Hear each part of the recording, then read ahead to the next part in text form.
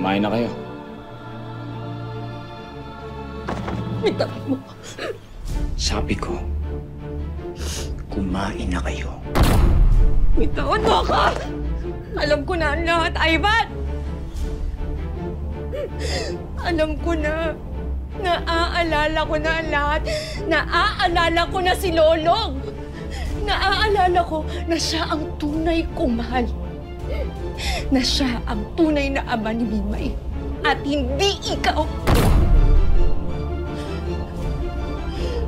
Kapal ang mukha mo, hayop ka!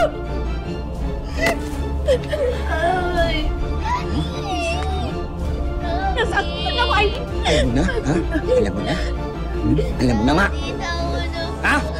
Oo, habang inuutog mo, yung ulo ko bumalik na sa akin lahat. Sige! Kaya akin ka lang! Akin ka lang! Pinatay mo si Lolo. Nawala po.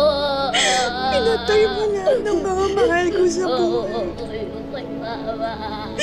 Pinatay mo sila. Kayo ng galit mong pamilya! Manahimik ka! Manahimik ka! Elsie, walang magpapago. Asawa mo pa rin ako. Mamahalin mo ako hanggang kamatayan.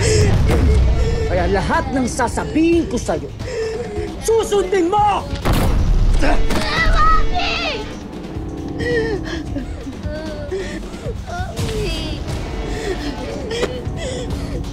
Sinabi kong kumain ka. Kakain ka! Hindi! Ayoko! Hindi ako kakain. Ayaw mo kumain, ha? Ha? Ayaw mo kumain? Sige! Kainin mo yan! Ha? Kumain kahit imut-gut mo, subo mo yan lahat sa mukha mo! Kanin ka! Yan! Kainin mo yan! Kainin mo! Ha? Kainin mo! Ano? Hindi ka makikinig sa akin, ha? Ha? Asawa mo ko! Asawa mo ko! Tumahimik ka! Hindi kita mahal! At dahil kailan hindi kita mamahalan! Hindi kita mamahalan! Ito ang pinagmamayabang mo, ha? Si Lolo? Si Lolo ba pinagmamayabang mo? Baka hindi mo alam. Si Lolo ang dahilan kung ba't namatay ang nanay mo! Kung hindi lumapit ang nanay mo kay Lolong, edi sana hindi binaril ng nanay ko ang ina mo!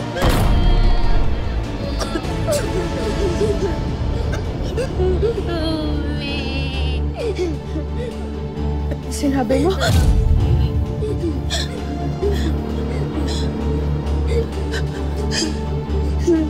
Ninapitan ng nanay ko si Lolo? Buhay si Lolong? Buhay si Lolong?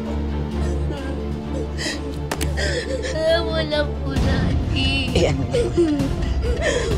Hindi mo na siya makikita ulit.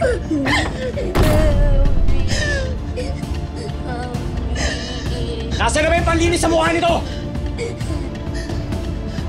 Dumi na mukha mo. Hoy, ikaw. Ilisin mo yung mukha ng nanay mo. Baka sabihin itong asawa ko, hindi ko siya inaalagaan.